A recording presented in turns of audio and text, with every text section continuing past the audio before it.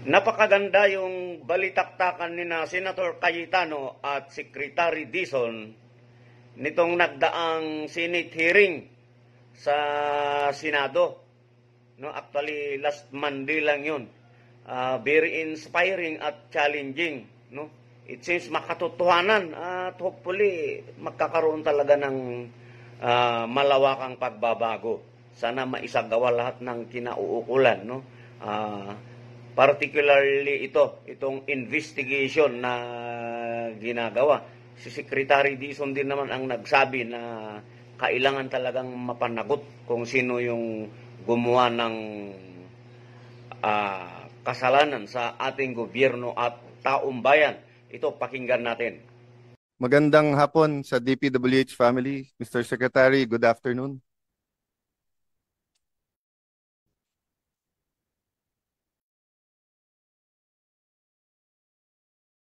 We'll wait for them to...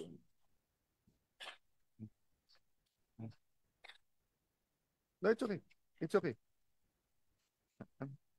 Good afternoon, Mr. Secretary. Disclosure muna kasi may nagsabi na may question sa team nyo. Pending a DNA, yung staff ko si Raf ay hindi kamag-anak ni Secretary Vince, ha?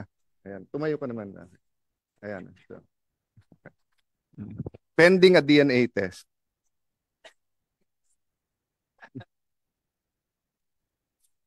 No, patatrabohin ko siya na singsipag ni Sec Vince. Tignan ko kung mag-iiba din yung itsura.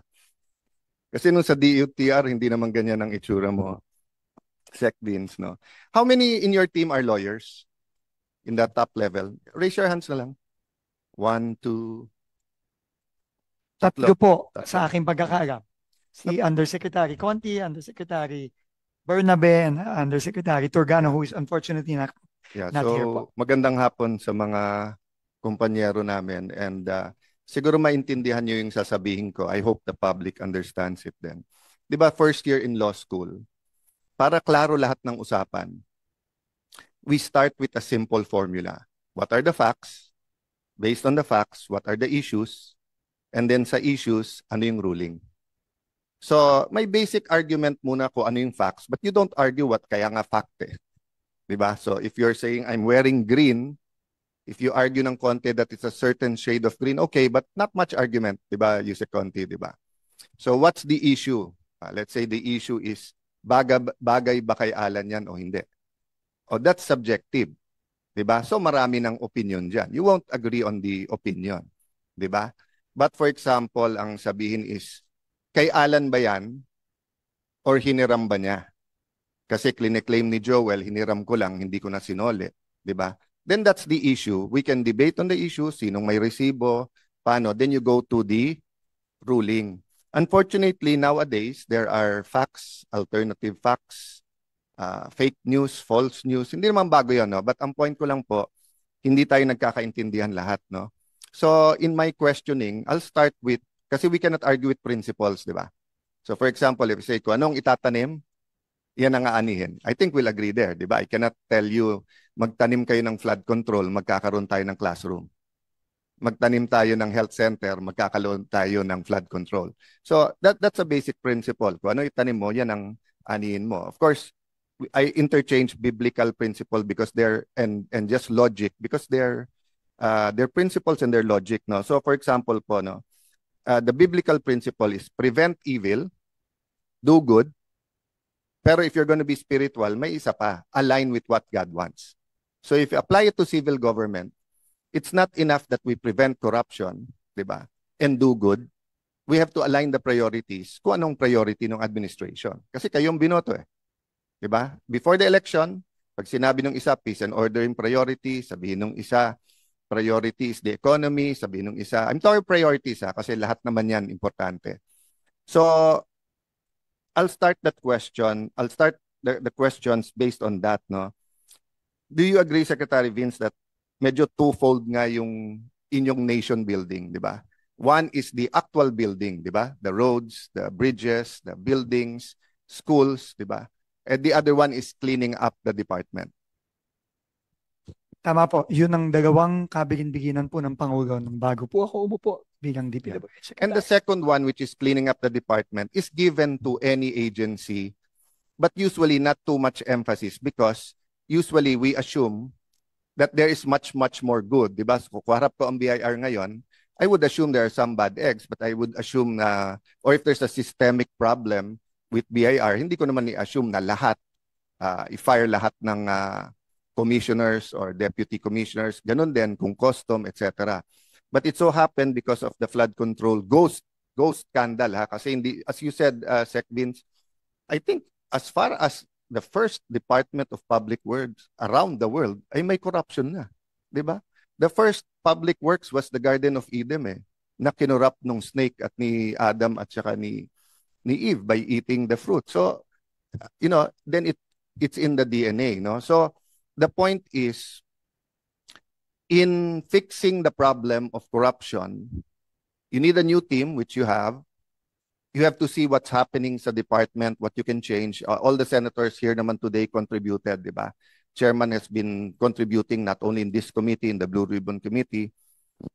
Having said that, hindi pwedeng hindi dual yung priority mo.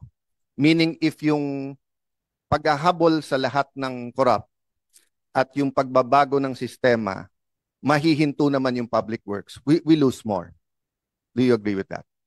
Agree po, Okay. Mr. Chairman. So on that point, may I ask you this question? Do you know how to rig biddings? No, Mr. Chairman. Okay. Do you think that this is the time that you should learn? We institute the necessary reforms? Yes. So thank you for getting it. Kasi I asked exactly the same question kay Secretary Bunoan. Halatang nagtitinginan sila ng mga USEC ng hindi nagtitinginan, hindi naman mukhang guilty to be fair, pero parang na-shock sa question ko tapos parang ayaw sagutin. But I told him this, in 1997 or 98, kaharap ko isang ministro. And I was shocked what he said kasi ministro nga so religious group, head ng malaking church, no? At least in our district. At sinabi niya sa akin, Alan, susuportahan ka namin as congressman, pero ang tanong ko sa inyo, marunong ka ba mandaya? And of course, I was shocked. Bakit mo tatanungin ko marunong ako mandaya? Kaya mo nga ako sinusuportahan. I'm bringing in, kasi endemic yung dayaan sa eleksyon doon, pati sa Taguig. And sinabi niya sa akin, kasi ayaw kong masayang yung boto namin sa iyo kung ikaw ay dadayain. Diba? So I ask you that question because so much people trust and put their trust in you and the DPWH and in your mission. So if you don't know how to rig the biddings or how it's done, I'm not asking you to rig the bid. Very, very clear yan, ha? Hindi ko sinasabing i-manipulate, i-rig, dayain, kurakutin, whatever, yung pondo ng DPWH, yung bidding. Ang sinasabi ko lang, pare-pareho tayo dito. Kung hindi namin alam paano patakbuhin, for example, no? Kung ako ay bagong senador at hindi ko alam kung paano patakbuhin ang office ko, marami akong staff na tatawag ko saan-saan ahensya at hihingi ng special favor. Di ba? So that's one thing senators or congressmen have to learn right away. How to make sure that in fighting monsters, they do not become the monsters at the same time. Another lesson is we have to verify all of our information. Diba? Kasi ang daling magsalita eh. We can ruin lives, we can rule teams, we can ano. So my point, Mr. Secretary, is I hope you learn all the tricks of the trade because as you change the rules, mag-a-adapt din yung mga nangungurakot. Diba? We've seen that nung bata tayo, bago tayo doon, but we're not that young anymore. So from one administration to the other, ang testimony ng mga Diskaya,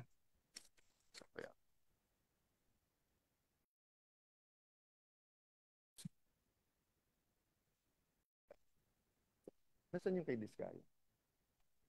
Yung may picture. Ito ba yan?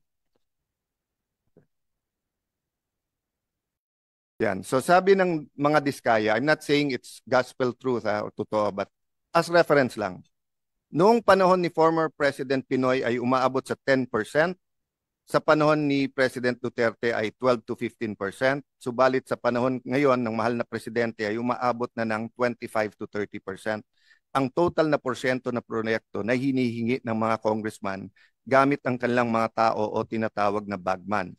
At ito ang pinakamataas na hinihingi sa lahat ng contractor sa Pilipinas. We know also this gospel truth kasi may ghost eh.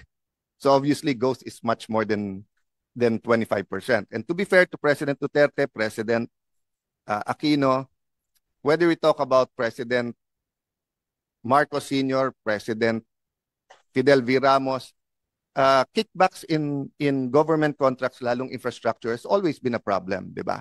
So, my point, Secretary, is I want to know, with such a huge task, no, wag muna tayo sa building, sa corruption muna. What will you focus on? Ano yung bullseye para sa iyo? Kasi kung hindi ka naman ombudsman, at kahit ombudsman ka, di ba? Ombudsman, hindi pwedeng DPWH lang. There are other agencies. Di ba? Sabi nung isang study, for every 1 peso we collect, 1 to 2 pesos hindi natin kinokollect. So yun ang pinakamalaking scam or scheme sa Pilipinas, di ba? Kasi if we collect 4 trillion, hindi na collect 4 to 8 trillion, mas malaki yun. Pero hindi madaling hulihin yun. That's every single port, that's every single tax na ini-evade, di ba? So sa palagay mo, Secretary, to be fair to you, you've only been there for 5 weeks, right? 5 weeks, no? What will you focus on? Or dito sa corruption, what's the bullseye for you?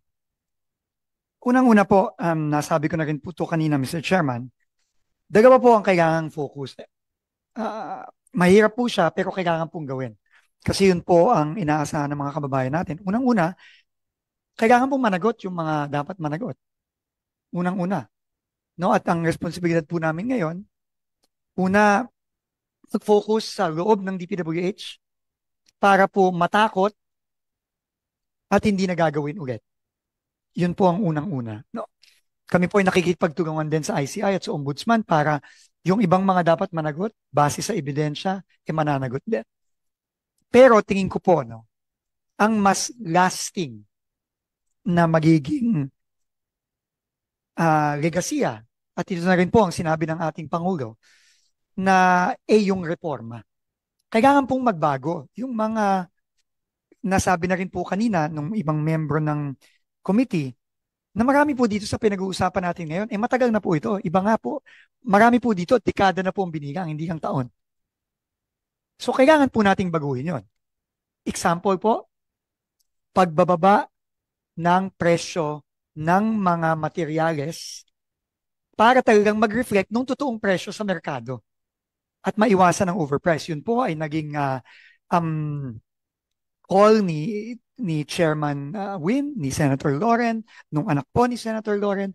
At yun po ay kailangan na natin gawin. Hindi po yan, I think ang last time po na in-adjust ang CPMD at DUPA nung 2015? Kailan? I think po nung 2015 pa. Nung time po ni Secretary Babe Singson. That was the last time na in-adjust. So we have to do that now. Kasi po, dun pa lang po, tama po ang ating mga members, ang ating chairman, na dun pa lang po, makakat mo na kagad eh. Yung potential na pwedeng nakawin, makakat na po agad dun. Hindi po siya silver bullet by any means. Hindi po, ibig sabihin, pag binaba natin ang DUPA, binaba natin ang CPMD, mawawala na po ang korupsyon. Hindi po. Pero malaki po ang mawawala. At ang iba pong mga reforma, halimbawa po, yung pagsisigurado na bawat pumasok sa budget ang isang proyekto, dapat yan may plano. Dapat po yan may endorsement ng Regional Development Council, ng Provincial Development Council. Marami po sa mga questionable proyekto na tinitignan natin ngayon. Wala po yan. Sabi nga po ng mga mayors na nakausap natin, ng ibang mga, kahit po congressman, nagulat na lang sila at bigla na lang may sumulpot na proyekto. Yan po ang sinabi sa akin ni Governor Bons Dulor sa Oriental Mindoro. So, dun lang po sa ilang yan, malaki na po ang tingin ko ma-address. And I think these will be lasting reforms as long as they are implemented consistently. Kasi ang problema po ako po, sasabihin ko na po dito, 2 taon nga po ako dito, 2.5 taon. I will not be here anymore after 2.5 years. Sana po itutuloy-tuloy lang po yung mga reformang gagawin, yung mga reforma pong inutos mismo ng ating Pangulo, sana po tuloy-tuloy na pong i-implement. Yun po ang tingin kong lasting na pagbabago sa I'll comment and discuss with you on other points you said, but just to focus on my question ng focus. No? So I see your point. So building accountability. Sinasabi mo sa accountability, dalawa yan. Hulihin, kasuhan, dapat lahat ng kasuhan. And then secondly, reforms. So agree tayo doon. Tapos pangatlo pa yung building. Agree tayo sa reforms. We'll go into that kasi I think may mga kailangan i-clarify doon. But doon sa hulihin ang lahat ng kailangang hulihin, that's where I want to know the focus. Kasi let's assume na walang guilty dito. Let's say guilty ang presidente, guilty ang vice president, guilty ang Senate President, Speaker, lahat ng senador, lahat ng congressman. Sama mo na mayors sa sarili lang bidding. Sabihin mo lang it's endemic. Meaning, ang hindi guilty is the exception rather than the rule. Just for the sake of argument. Ha? Ano lang to? Argumentum ad absurdum. Let's bring it to the absurd. So, barring a revolution that I don't want, I want a revival. I don't want a revolution. Because many revolutions, communist revolution, fascist revolution, or even a liberal democracy revolution did not bring the reforms that was promised. It's really more of a revival or revolution of the heart. No? So my point is, Sec, what will we focus on doon? Or can I feed ng konti? Will you agree with me? Let's focus muna sa ghost. When I say focus, I'm not saying na wag mong tirahin lahat ng makikita at obvious. At of course, if a document falls on your lap, na eto hindi ghost pero rigged yung you have to act on it. But I'm saying it's you only have 24 hours in a day. Maybe you have 48 hours dahil sobrang sipag mo, but the rest of us only has 24 hours in a day. Do you agree with me na kailangan yung low-lying fruit, yung obvious na obvious, yun yung unahin? Unang-una po, no, nagsisimula po kami lahat, no, lalo na sa bagong team na pumasok sa direktiba ng which is wala tayong sisinuhin, wala tayong sasantuhin. Lahat po ng dapat managot, lahat ng involved, dapat managot. Pero tama po kayo na in terms, dahil po sa dami at sa scale nitong nakikita natin ngayon na siniwagat mismo ng ating Pangulo nung kanyang SONA nung July, kailangan po ng prioritization. Tama po kayo doon. No? At yun na rin po ang sinabi ng ICI nung last week, nung sila ay nag-presentation. At ngayon po na may bago ng special advisor, si General Azurin, yun din po ang kanyang sinabi. At yun po ay gagawin natin in support of the accountability measures na gagawin po ng ICI, ng Ombudsman, at ng DOJ. So yan, dyan po tayo nagpa-prioritize, pero hindi ibig sabihin nun is magto-turn tayo ng blind eye sa ibang mga bagay. I agree with you 100%, but it's important for people to know why. Kasi ang definition ng ghost, correct me if you have a better definition, but sa akin sa pinakasimple, nag-allocate ng pera, binayaran, pero wala talaga. So whether it's Bulacan, whether it's Iloilo, Cebu, whatever place in the Philippines, di ba? Pumunta ka doon, sinabi school building, pagdating doon, ni isang bakal, wala. Sinabi kalye, ni isang sako ng simento, wala. Sinabi flood control, wala talaga, pero bayad na. So it's easier to focus on that. Bakit? Walang mapapaliwanag yung guilty .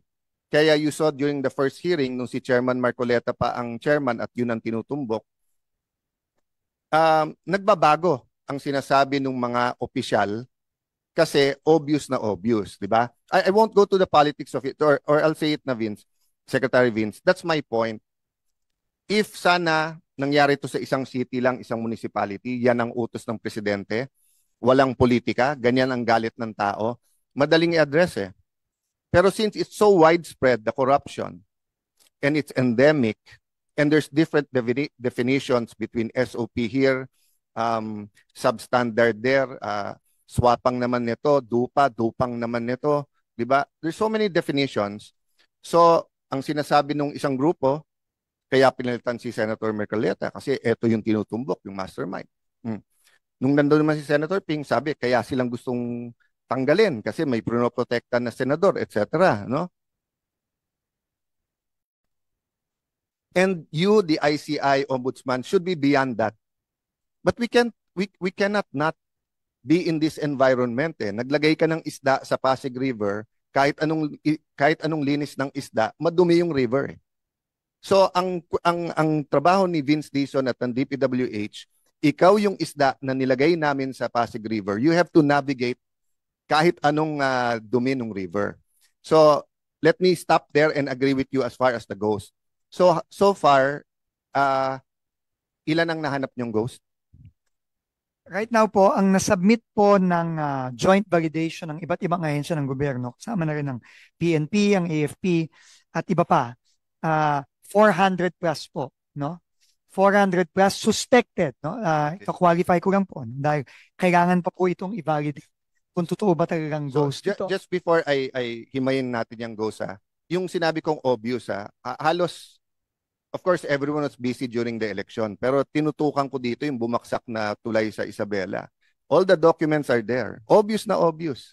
At yung RD na nandun, nilipat sa Metro Manila. Same kalokohan sa ibang projects. Kinakausap yung contractors na maging substandard. Tapos ang balita ko, siya din yung sa EDSA rehabilitation. Anong ginawa ng DPWH? Prinomote siya na assistant secretary. Kasi daw, para alisin na siya as DP. So I hope, while I'm with you, na focus natin ghost, yung mga obvious naman talaga, that should start running. Diba? Kasi kung hindi, magtatago naman under the ghost projects yung iba. Isipin mo, kasama yan sa SONA ng presidente. Isipin mo, nung ginawa yung 800 million, substandard, mali-mali, tapos ang ginawa, imbis na contractor nagbayad, nagdagdag pa ng 400 million, same contractor, tapos bumaksak pa rin yung tulay. Tapos nagtitinginan hanggang ngayon kung sinong dapat dyan. No? Hindi, but you don't have to answer that point kasi please look at it, Mr. Secretary. No? My point is lang, anything that's also obvious, we would appreciate action on it. No? Whether you refer it to the ICI or you refer it to the ombudsman, ang point ko lang na nasa inyo yung papeles. Unless the Blue Ribbon continues the hearing, kasi nga, we were siguro 3/4 done. No? So, Secretary, dun sa lahat ng ghost, ilan dun ang galing sa NEP, ilan dun ang galing sa amendments or insertion, ilan dun ang galing sa unprogram? Wala pa po kaming detalye. Sa kasalukuyan po, we're working together with the ICI po to come up with the details of everything. Yeah. But Thank you, Mr. Chair. this should be quite easy to do once you have kung ano yung projects, no, na ghost, di ba? Kasi especially yung NEP, kasi from the first printing, nandun na siya, di ba? Okay. So having said that, dalawa pa yung unprogrammed. Yung unprogrammed na nandun naman yung pangalan ng project sa GAA, nilabas lang sa unprogrammed, meaning nagkapondo. And pag may lumabas na project na walang pangalan sa GAA, walang pangalan sa unprogrammed pero lumabas. So take a look at that. But okay. So when will you finish the Luzon, Visayas, Mindanao kung ghost lang, hindi pa substandard or anything? Siguro po mga in a few weeks, Mr. Chairman. Yun po ang ginagawa ng ating team ngayon led by Undersecretary Turgano, who is our head of legal, and now Undersecretary General Bispo. I don't want to cast doubt or aspersions or on anyone. Kasi nga, madali ang fake news ngayon. So, yun po ang dilemma or yung blessing and curse nung sa internet. Anyone can take a picture, that's a blessing. Anyone can sumbong, anyone can, di ba? But with AI, pwede rin mag-manipulate. Kasi kung titignan mo yung ibang algorithms, depende kung anong algorithm mo, meron mga pinapakita na 24 hours ginagawa ngayon. Na may mga crane, may mga inano, di ba? So, ang allegation nun is that ghost to, pero by the time dumating yung team nyo, ginagawa. I mean, kung ghost, di mo naman kayang gawin ng isang buwan ang buong project, di ba? Pero kung sobrang substandard, halimbawa nga, it was dapat 500 meters, 100 meters lang ginawa, so they're hoping to bring it to a logical.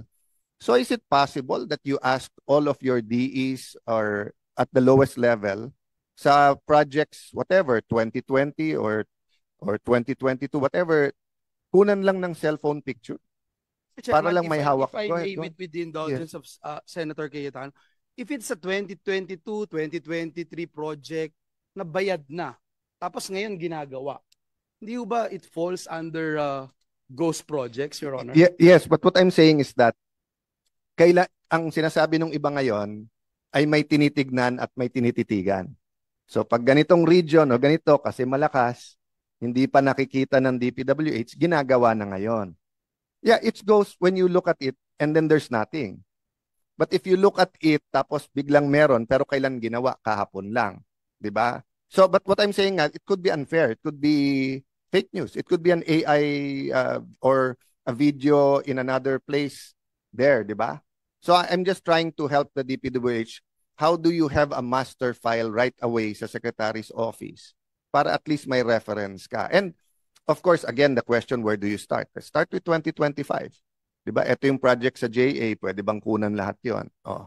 Second, ngayon, kung yung DE na yon nag-submit sa'yo, let's say Bulacan, nag-submit yung ngayon na nasa hearing, kinunan niya.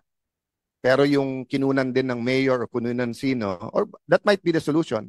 Kunan ng DE, pero kunan din ng mayor or ng governor ng picture para na may reference lang tayo. Because only God knows what's happening in the whole country, and it's easy now to, and Secretary, correct me if I'm wrong, we're only talking about yung pondo na nasa DPWH kasi katulad ng DOH, lookout nila yun pondo nila yun kayo lang yung gumagawa, di ba? Ang taga-inspect nun dapat sila, hindi dapat sila na surprise na may ghost kasi may regional directors din sila dapat nagbabantay nun.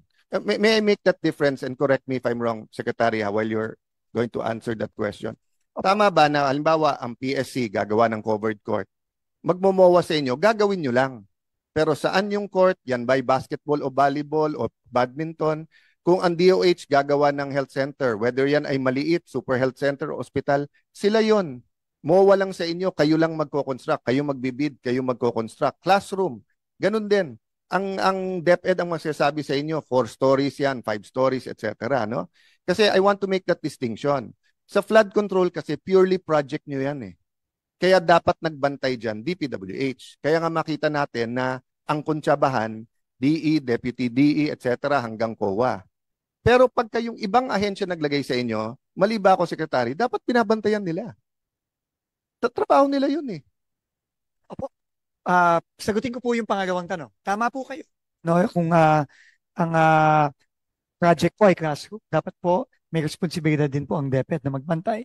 Kung ang project po ay hospital o health center, DOH po, may responsibilidad din po magbantay. Ito naman po sa unang katanungan, maganda po yung idea na yon. No? And yan po ay pipilitin natin gawin. Madali na naman po ngayon yan dahil sa teknolohiya. So, isa po yan sa mga hopefully magagawa po natin na maging measure para ma-monitor po ng mabuti. Kasi malaki pong problema talaga ang monitoring sa DPWH. In fact, Mr. Chairman, paulit-ulit nga ako. Kahit nung few days pa lang ako sa DPWH, ang madalas ko pong naririnig na sagot ay hindi ko alam. No, yun po ang paulit-ulit ko naririnig. Hindi ni ganito, hindi alam ni ganyan. So, ang lagi pong rason, ang dami po kasing proyekto. Pero with technology po, tingin ko dapat masosolve na natin yung problemang yun. So maraming salamat po sa suggestion. Monitoring, Mr. Secretary, and of course I appreciate yung views ng mga senador, yung proposals, no. But like here, I have here, I'll give this to you, sinulatan ko lang, Sec Vince, no. This is just a one-page summary galing sa sa EDCOM. Ang shifting, when you say dito ako nalito sa single shift does it mean na 7 to 3 or 8 to 4 yung estudyante, or does it mean kasi sa akin pag sinabi mong may no shifting anyway, ang ibig sabihin ng single shift, full day sila. So 36,559 schools single shift. 2,591 schools are double shift, meaning umaga't hapon, parang Lasal Green Hills nung araw, no? Ganun sila. Triple shift, 216, meaning yung dating 7 to 3 or 8 to 4, ano yan, 6 to 10, 10 to 2, 2 to 6 ng hapon, more or less. kung titignan mo, Sec Vince, 216 lang yung triple shift, ha? And it's only 1, 2, 3, 4, 5, 6, 7. 7 regions, and sa 7 regions, NCR 72 schools, Region 10 42, Region 4A 34, Region Mo, Region 3 55. The other regions maliliit, Region 5 5 schools lang, Region 6 5, Region 7 3, no? Meaning not only coordinating with DepEd, if you can have a task force. Ang problema kasi sa 3 shifts, malamang nun, wala nang room yung school. 'Di ba? So malamang dito new school na ang kailangan mo para lumipat na yung ibang estudyante. Yung second shift, I don't know, no? But for example, sa Taguig, we started building 7 stories ng may elevator. Kaya tumatagal kasi yung fund, yung kwenta ng let me put it this way. If CHED ang kausap mo and they want to build for more than 100 state use a specially designed academic building or school building, you can do that mabilis. Upuan, more or less pareho. Siguro may 2 types ka lang o 3 types. One is 4-story na walang elevator. One is 5-story or more, may elevator, di ba? But more or less, halos lahat ng campuses ng State U may lugar eh. Pero DepEd schools is so different. Yung isa, pwede 4 stories lang pero gigibain mo yung isa. Yung iba, pwedeng 5 stories pero elevator. Pero yung municipality or city na yun, walang pambayad sa kuryente, baka tumaas pagka mag-elevator. So, there are many reasons why napabayan. Of course, the other reason is mas malaki kickback pag hindi school. But the DepEd has a budget for schools and only 20%. So that's not the argument there. So ganun din po sa DOH, Sec Vince, no? I'll make my point after DOH. I think last month, with the indulgence of the chairman and secretary, Senator Lauren Legarda, no, who's made many of the innovations here. I told SecMina na, SecMina, bakit may 1 billion pesos si DOH for public affairs para sa ano? Eh, ang commercial ni DOH Secretary ay wag mag-drive at text. So, yung wag mag-drive... Hindi ako naglagay ng budget na yon. No, I was saying that, I was mentioning here, I was saying you made a lot of innovations here. And I'll make my point later. Kasi sorry, hindi ko time. No, I'm going to your 2010 hearing nung malaking bagyo. But I'll go there. I'm sorry to... Yeah, no, it's good you interrupted me para hindi ma-relate sa sinasabi ko. Sec Vince, with your patience, I just want to say this about the DOH. So sinabi ko, Sec Mina, ano ba talaga gusto niya? DOH Secretary or LTO Chief? Kaya i-refer ko sana sa iyo nung sa DOTR ka pa.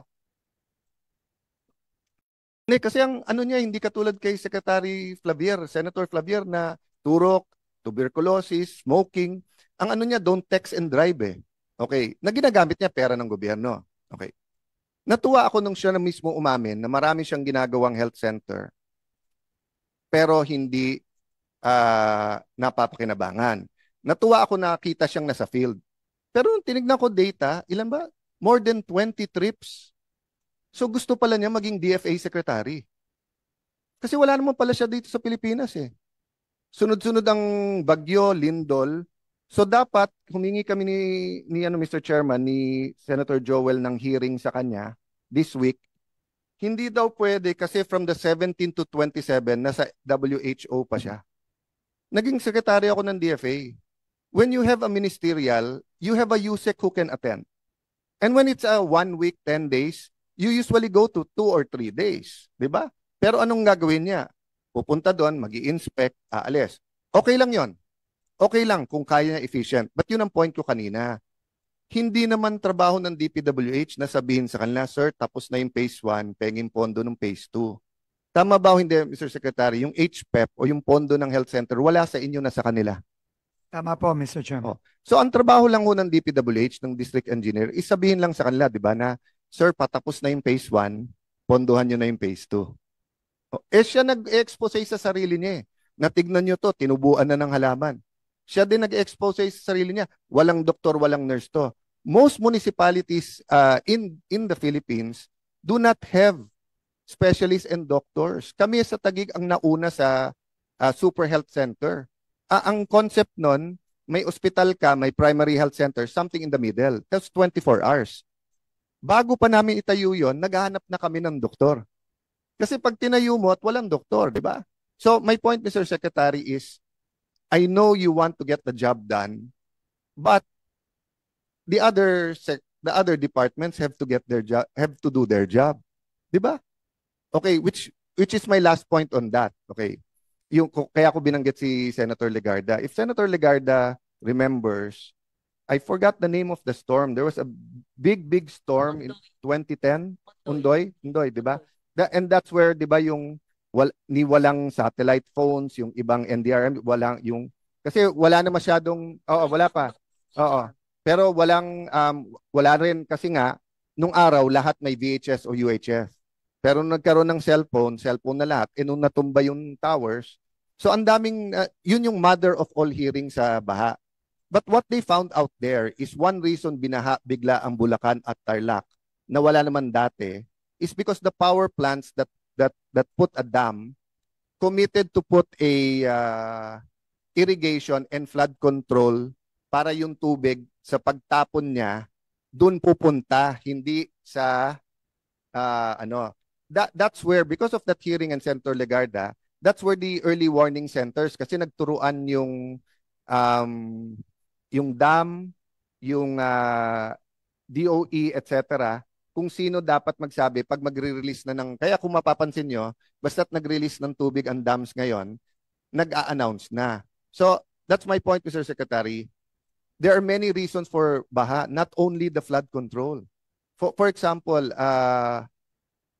etong reclamations. I don't see anything wrong with reclamations. I saw Hong Kong, Singapore reclamations, di ba?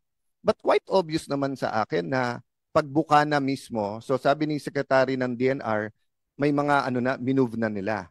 So meaning, for you to be able to do your job, DNR, DepEd, DOH, they also have to do their job. But katulad ng reclamation, will you be getting an expert to also look at it to make sure nga na lumalabas talaga yung tubig? Kasama ba sa flood control yon? Dapat po, Mr. Chairman. Dapat po kasi yung outlet po sa dagat, yan ang pinaka-importanting, hindi mababara. I don't think we'll cancel it Pero kung paano yung ayos niya has to be there. Mr. Secretary, nung panahon ko as Speaker, that was the time that there was a scandal ng vinito ni Presidente yung 90 out of 120 billion. Nag-aaway ang Senate at House kasi nagpalitan ng Speaker At iba yung listahan ng House kay Speaker Alvarez, iba yung listahan kay Speaker GMA. Doon lumabas yung parking, pass-through, sagasa, etc. Pinagbawal ko yon. So if you look at the budget between 2016 and now, that was the only year na bumaba. Every other year, tumaas. My point, I talked to the congressman, simple lang. The budget process is consensus. May national priorities na ang gumagawa departamento, but they're not perfect. So ikaw, congressman, ikaw nakakaalam sa lugar mo. Baka nilagay doon panay kalye, ang kailangan nyo, tulay.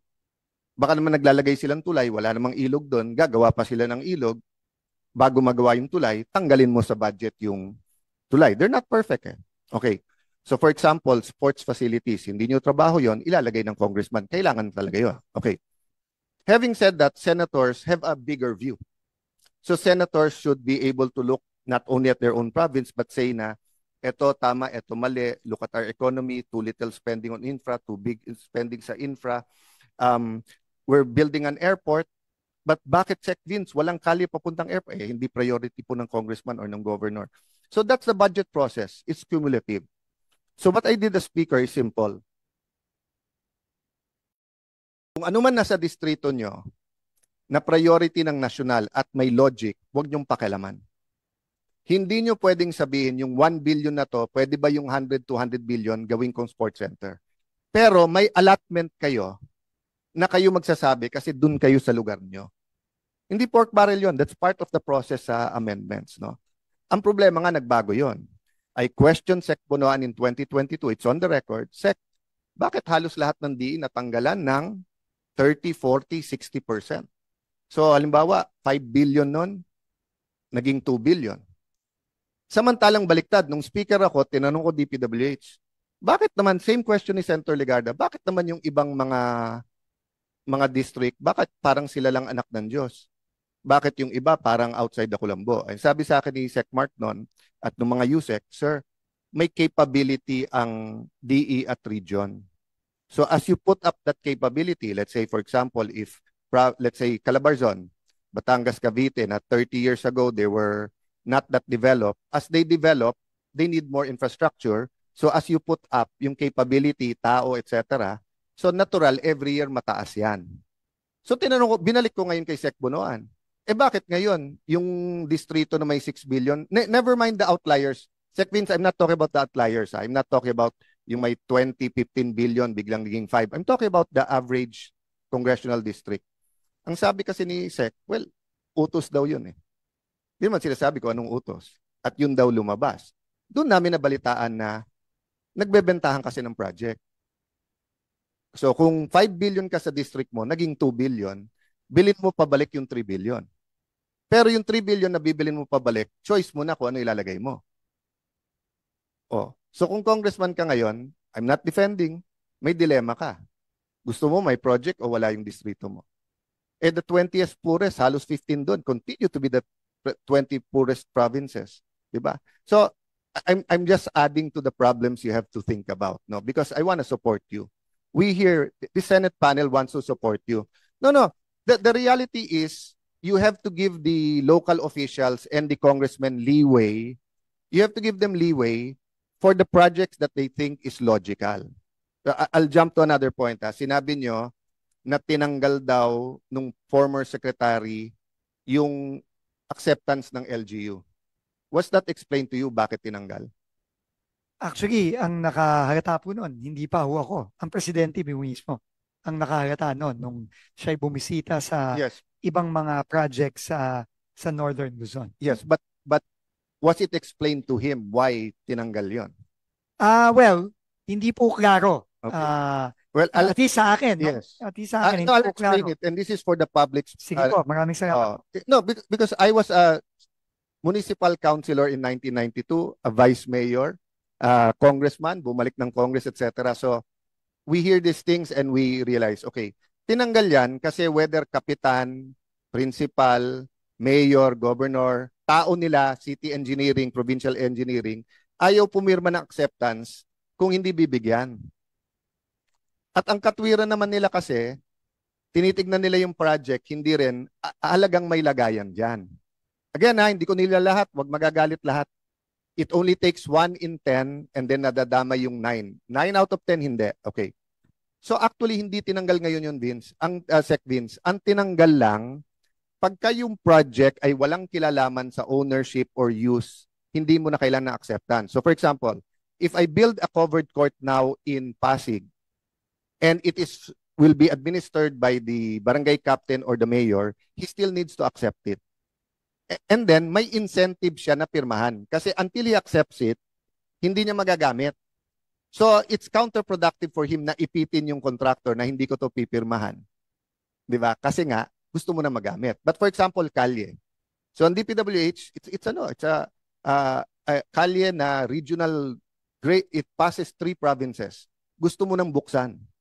But Province 1 has to accept, Province 2, Province 3. It doesn't even take the governor. It can take one kapitan na siya dapat doon sa lugar na yun na whether buksan mo to o hindi, wala, hindi, penge dyan. So, you're going to have to deal with both the idealistic and the practical.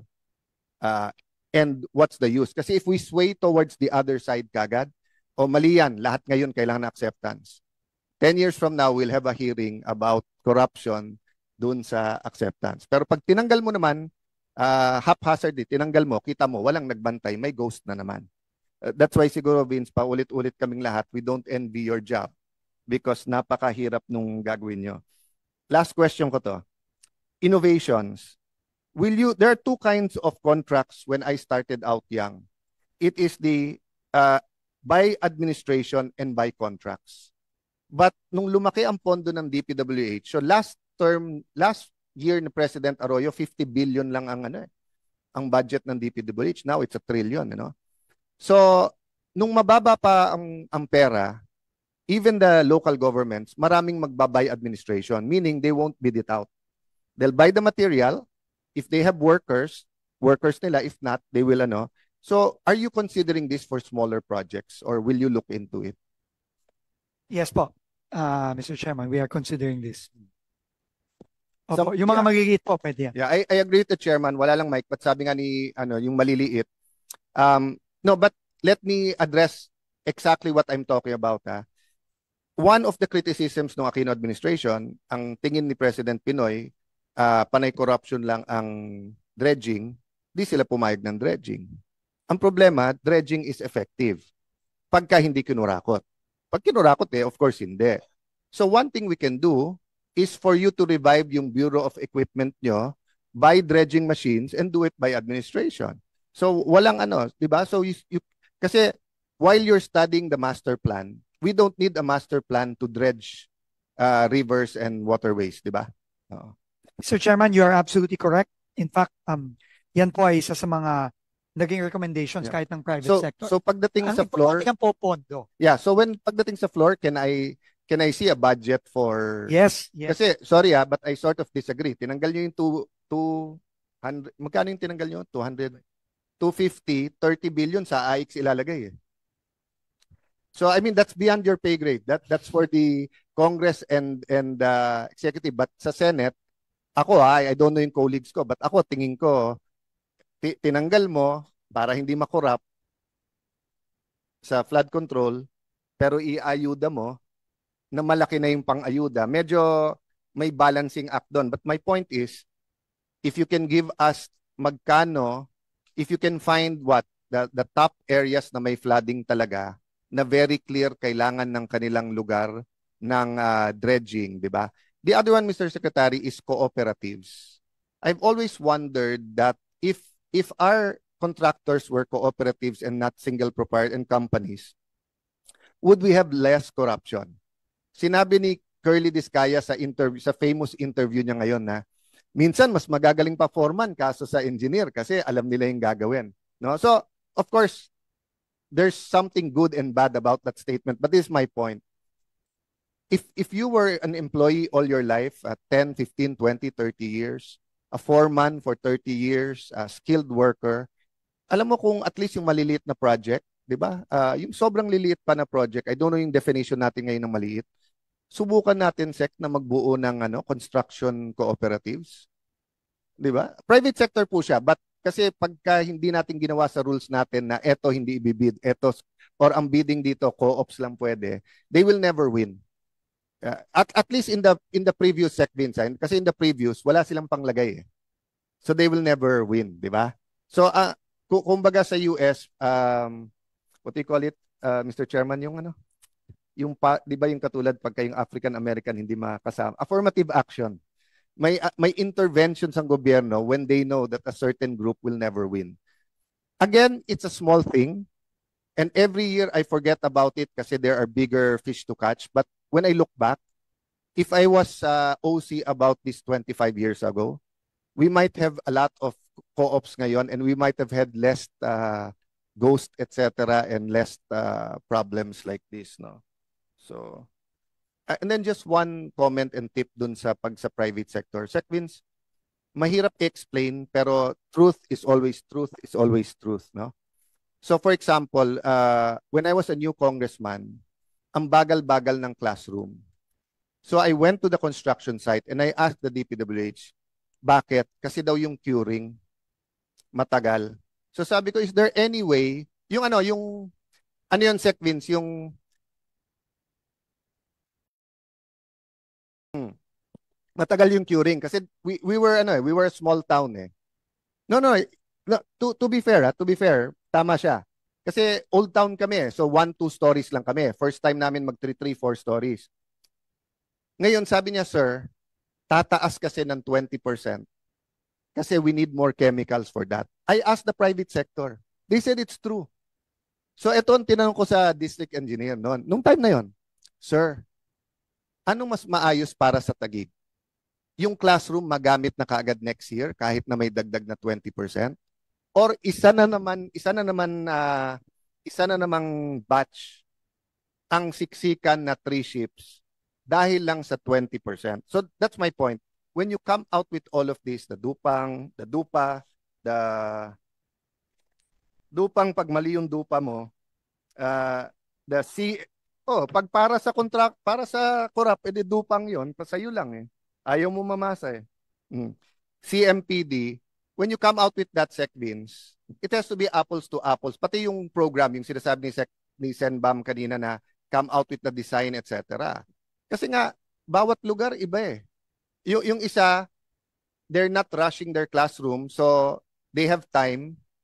Time is not money, so yung curing nila kahit matagal, di ba? Pero sa iba, kailangan na namin right away, no? So, Sec Vince, paano lahat ng kinancel nyo na, how many projects did you cancel because of the canceling ng licenses? More or less lang. More or less, ballpark. You don't have to give the exact figure now.